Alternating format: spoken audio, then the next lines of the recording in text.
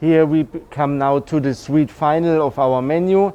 These are wol loys with sweet coconut milk, which is hot. And on top we made out of the coconut water a granite.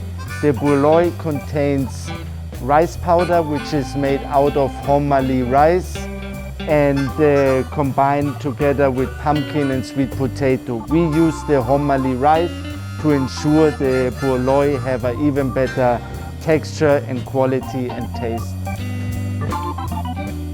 Please enjoy.